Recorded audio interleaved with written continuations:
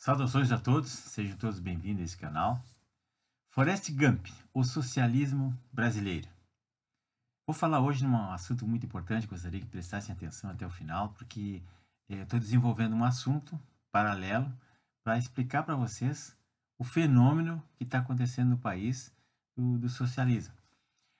Um retrato singular da deficiência intelectual foi um filme de 1994 que conta a história de Forrest Gump, um simpático cidadão americano do Alabama que possui uma deficiência intelectual que o torna a narrativa essa muito interessante, e a trajetória desse personagem é contada por ele mesmo, e por isso vem com a leveza do personagem e resulta numa comédia contagiante, muito bom.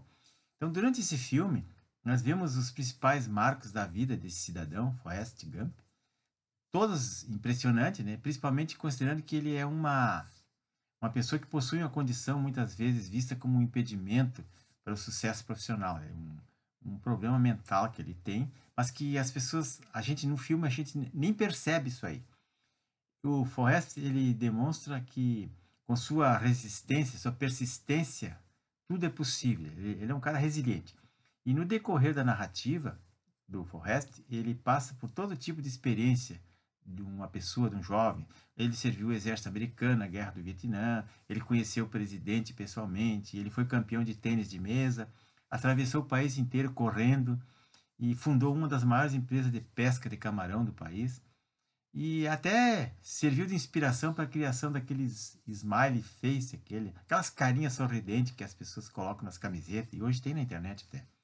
Então, além dessas conquistas profissionais que ele mostrou no filme, ele também mostra marcos da sua vida pessoal, desde o relacionamento com a mãe dele, que era uma pessoa muito carinhosa, muito atenciosa com ele, responsável pela visão leve que ele tinha do mundo, as amizades que ele fez ao longo da vida e o romance que ele teve com uma amiguinha de infância dele, a Jamie. A forma como a história dele é contada deixa focar não apenas nele, né, mas na sua deficiência, não deixa focar na deficiência que ele tem. E, então, uma maneira romântica de mostrar um problema muito sério que tinha, e que quem assiste esse filme se encanta com a vida dele cheia de acontecimentos, de aventuras, com uma perspectiva única e cativante sobre aqueles eventos que ocorreram lá na década de 60, 70 e tal. E o filme ganhou 6 Oscars, incluindo de melhor filme e melhor ator, com Tom Hanks no papel principal, né, do Forrest Gump. Então, nós temos aqui, voltando para o Brasil, um Forrest Gump brasileiro. Lá no início da década de 80, os mais antigos se lembram, surgiu em São Paulo um sindicalista que havia sofrido um acidente numa fábrica do ABC, lá em São Bernardo do Campo, e ele perdeu um dedo, e aí ele entrou para o sindicato e acabou lá fazendo carreira e ficou presidente do sindicato. Então, esse sujeito, que eu vou chamar de Lola, para o YouTube não derrubar, ele não tem instrução formal, não é formado em nada, nunca leu Dostoiévski, nunca, não tem, não é um cara refinado em coisa nenhuma, mas ele fala pelos cotovelos, ele é focado no que ele faz, ele é ambicioso, obcecado pelos seus objetivos e é mintomaníaco. Mintomaníaco é aquele cara que mente, mente, mente, mente, que as pessoas juram que é verdade, todo mundo acompanha, todo mundo dá atenção para aquelas mentiras, aquelas bobagens que ele repete, mentindo, mentindo, mentindo. E isso já no tempo do início da carreira dele, ele dava palestra na USP lá, cheio de doutores e mestres e doutores sentados na primeira fila, ouvindo ele dizer aquelas besteiras, falar de política e criticar os outros e mentir, e todo mundo aplaudia. Tem vídeos na internet falando e mostrando isso aí. Ele, muito tempo, se tornou um político famoso, porque ele provocava greves lá no ABC, no tempo do regime militar, e ele agia como um agente duplo. Ele negociava com os milicos e negociava com os empresários. Negociava a greve com os empresários e ia lá correndo e acertava com os milicos. E assim ele ia.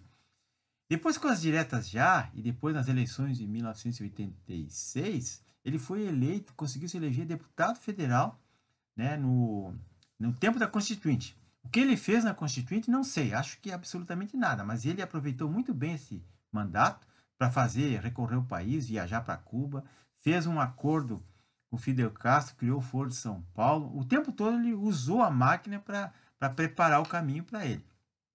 E depois de todos aqueles escândalos que ele teve a partir de 2002, quando ele assumiu a presidência, ele ficou 8 anos no governo, depois montou a sucessora dele, que deu no que deu, e tinha uma maior quadrilha de corruptos do planeta. Mas ele sempre se disse inocente e ele culpa e acusa os outros daquilo que ele é. Ele acusa os outros, não, ele não é culpado de nada. Ele aparelhou o país inteiro, aparelhou toda a máquina burocrática do país, inclusive as altas cortes que estão até hoje defendendo ele 24 horas por dia. Tiram ele da cadeia, anulam as penas dele e só facilitam a vida dele, julgam os processos que os advogados dele pedem, e ele vai acabar pegando a metade do dinheiro do Brasil como indenização. Escutem só. E o partido dele, o PT, ficou 16 anos no governo federal, arrebentaram com o país, corromperam tudo, faliram a Petrobras, faliram a área educacional, a área de saúde, a infraestrutura do país virou um caos, a economia e a segurança pública, outro caos, e ajudaram as ditaduras socialistas da América Latina, do Caribe e aquelas ditaduras lá dos países africanos que a gente sabe. Então, hoje, ele quer voltar ao poder de novo, depois de ter sido expurgado, preso, voltou, e quer botar seus companheiros nos postos chaves novamente e oficializar a ditadura comunista, que nós já vivemos uma ditadura, posto que quem governa é a Suprema Corte através dele, e censurando e prendendo pessoas e governando no lugar do presidente, fazendo tudo o que eles querem, mas ele vai voltar com tudo. Então vejam algumas das propostas que ele faz diariamente nos seus pronunciamentos. Eu tenho anotado tudo, tenho print, vou copiando, vou anotando e recortando jornais e guardando. Eu vou ler alguma coisa aqui, mas é muito, para o vídeo não ficar a noite toda, muito longo. Vou ler uns 10 casos aqui e depois vocês acompanhem para vocês verem o que está acontecendo. Ele promete regular a imprensa e censurar as redes sociais da internet. Ele promete isso. Promete cancelar as eventuais privatizações dessas estatais deficitárias, depósitos de ladrões. Ele quer voltar tudo ao normal. Quer recriar o imposto sindical, quer acabar com o teto de gastos e com a responsabilidade fiscal que foi criada lá atrás. Quer desarmar a população e acabar com os CACs, os colecionadores e atiradores. Quer desencarcerar o presidiário, liberar drogas. Quer acabar com o PIX para ajudar os seus colegas banqueiros que estão financiando campanha. Quer extinguir os colégios militares, que ele tem mais ódio, quer acabar os colégios militares. Quer interferir no agronegócio e proibir a exportação de carne. Veja a cabeça dele. Quer controlar as Forças Armadas e reformular os currículos da formação dos oficiais. Ele já falou isso 1 milhão de vezes. Quer o fim da autonomia do Banco Central, para poder manipular de novo. Quer criar a milícia, uma polícia com treinamento em Cuba. Quer dar protagonismo ao MST e outros movimentos sociais para invadir terra, invadir propriedade. Quer eliminar o artigo 142 da Constituição, que trata da função das Forças Armadas, temendo um golpe. Quer desarmar a polícia militar, quer aumentar os impostos. Bom, vou parar por aqui. São 50 itens, eu não vou ter tempo de ler. Você se inscreva no meu canal, César Ramos Deck da Vox. Lá tem tudo isso. E posso, em outras postagens, eu vou colocando isso. Mas vocês estão acompanhando todos os dias mais de 50 promessas e ameaças que ele vem fazendo e ele vai fazer. Ele vai fazer.